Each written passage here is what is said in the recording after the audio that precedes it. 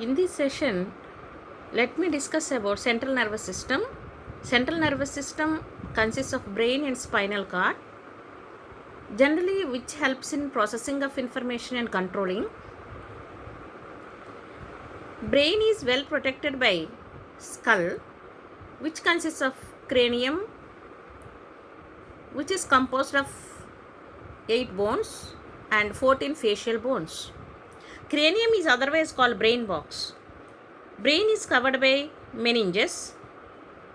Meninges consists of 3 layers: outer dura mater, which is made up of fibrous tissue, and middle arachnoid membrane, which is made up of connective tissue, and inner pia mater, which is intact with the brain,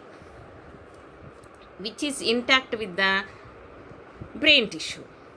This pia mater is thin and vascular in nature, and the space between dura mater and arachnoid membrane is subdural space, and the space between arachnoid membrane and pia mater is called subarachnoid space. It is filled with cerebrospinal fluid, which acts as shock absorber. Brain consists of 3 major parts: forebrain, midbrain, and hindbrain. The functions of human brain: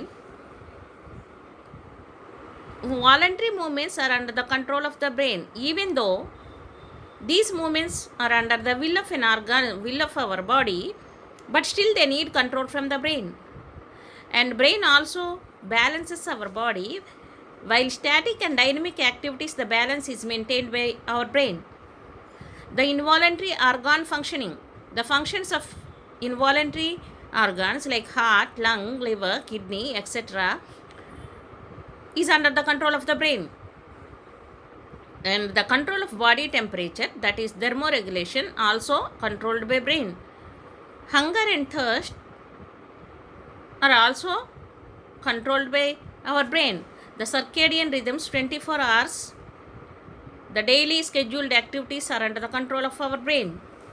And the endocrine activity, some hormones are secreted by brain itself. So the neural and endocrine signals are given by brain to endocrine glands. Human behavior, which involves creative ideas, memory, decision making, willpower, intelligence, emotions, and thoughts, are under the control of the human brain. And the sensations are processed here in the brain, like vision, hearing, smell, taste, touch, pain, vibration, pressure, and chemicals. So this is about the 3 parts of the brain, which consists of forebrain. Forebrain involves cerebral hemispheres, which is called cerebrum, and thalamus and hypothalamus, and midbrain and hindbrain consists of pons, cerebellum, and medulla oblongata. Coming to the structure of the brain, so as we discussed just now, it consists of forebrain, midbrain, hindbrain. Forebrain again consists of 3 parts. Cerebrum is the major part of the brain, with 2 large cerebral hemispheres, which are right and left. They are separated by a very deep cleft. Each cerebral hemispheres have 4 lobes, like 1 frontal, 2 parietal, 1 occipital, and 2 temporal. Frontal bone is towards the forehead, whereas parietal is over the head, and occipital and back at the lower back end, and next temporal sides of the head above the ears. And corpus callosum, the bundles of nerve fibers in central nervous system, are called tracts. The bundles of nerve fibers in central nervous system are generally called tracts. The tracts of nerve fibers connect right and left cerebral hemispheres is called corpus callosum. So the tracts of nerve fibers which connect right and left cerebral hemispheres is called corpus callosum. Cerebral cortex is the outer surface of the cerebrum. It contains nearly about 10% of all neurons of the brain. They generally give grayish appearance, brownish appearance, So that is called gray matter. Due to concentration of cell bodies in that part, in that area, in the cerebral cortex, it is called gray matter. It is greatly convoluted with grooves and bulges, which are called sulci and gyri respectively. They increase the surface area to accommodate more number of neurons.